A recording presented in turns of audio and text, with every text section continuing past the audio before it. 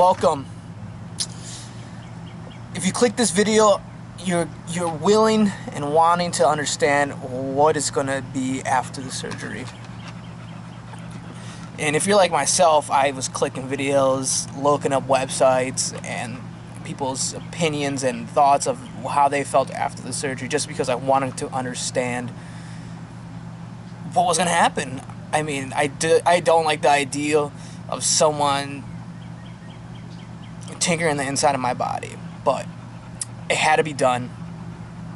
It doesn't.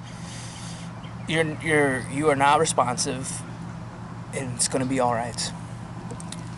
So I had to get there early. I had to get there 2 hours early for my appointment. They're not going to want you to eat anything or drink anything. Do take that advice seriously, because if you're like me, and I didn't expect this, you're going to get really, after anesthesia, you're going to feel pretty nauseous at the end of your surgery. And this is more after the fact, when you are getting up and then get ready to change so you could go home, because you are going to be able to go home after the surgery. I would give it like an hour or two plus, because they don't wake you up after you are knocked out. And I was knocked out for an hour and a half, probably the best sleep I've gotten in a bit. Once I got up though, my stomach, I was like to the RN, I was like, oh my god, please, can you give me a bag? I'm about to barf right now. Just got me the bag. I was just kind of standing there. I was like, I wasn't feeling well. I was like, you know what, I felt the nauseousness go away. I was like, let's get out of here. I gotta get to work. I gotta punch into a meeting. She's like, you crazy? I was like, I know. Anyways, if you do go to work, make sure it's a desk job, something that you are not putting yourself at risk. I was laying down. I was doing the best I can, and my employer was working for me. So that was great. Another thing that you want to get prepared is all your equipment that you are going to need.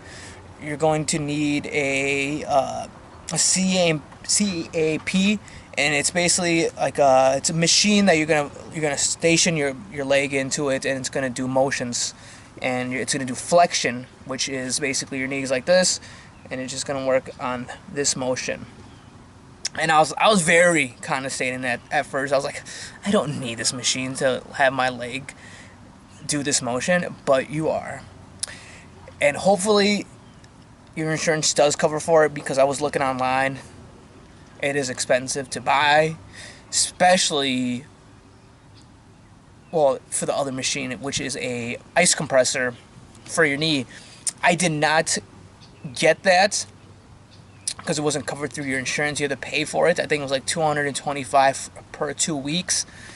And when I was talking to the PT yesterday, she was like, yeah, you're going to have swelling probably for the next couple months. And even when it kind of goes down, it's going to come back up. And I was like, So I'm just going to bear with my ice packs. I just been kind of coating it around my knee and removing it once they kind of dry up, and then refreezing them, and then kind of doing the same cycle.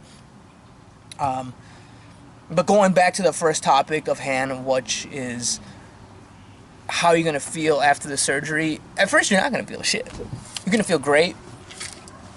You're going to feel like in no pain, really, besides your lower hamstring. If you do get if you do move some tissue from your hamstring and quad to back into your ACL or whatnot, you're not going to feel that much pain, but the next day is going to be the worst. I wasn't a fond believer of taking painkillers, but on that next day and that night of the surgery, I was feeling it. I was biting my fingers sometimes. I was biting the pillow just to kind of cope with the pain, but I couldn't fall asleep, so I said, fuck it. I want to take these mugs.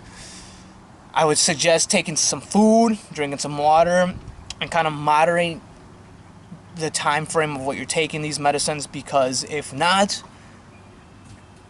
you're going to destroy your kidneys, and you're going to create problems later in your life, or addictions sooner than later. So we already kind of covered the pain, you covered the medicine, covered kind of the things that you're going to need. And the last thing I'm going to throw in after surgery, what you're going to need is, you're going to think really to yourself that I'm going to be able to do this by myself. I got this. And this is the thing that I'm learning is patience, but then also asking for help. Asking for help is going to be a #1 asset for you. I had to take a lot of sacrifices. I had to get out of looking for a home right now for my investment property. I had to leave the place where I was living at and just go back to my parents, where my 3 beloved siblings are and my 2 dogs are right now. And they've been great support system for myself. They help me get up. They help me move my leg when it's stiff. They help me grab food. And obviously you got to be polite, respectful, because you need them.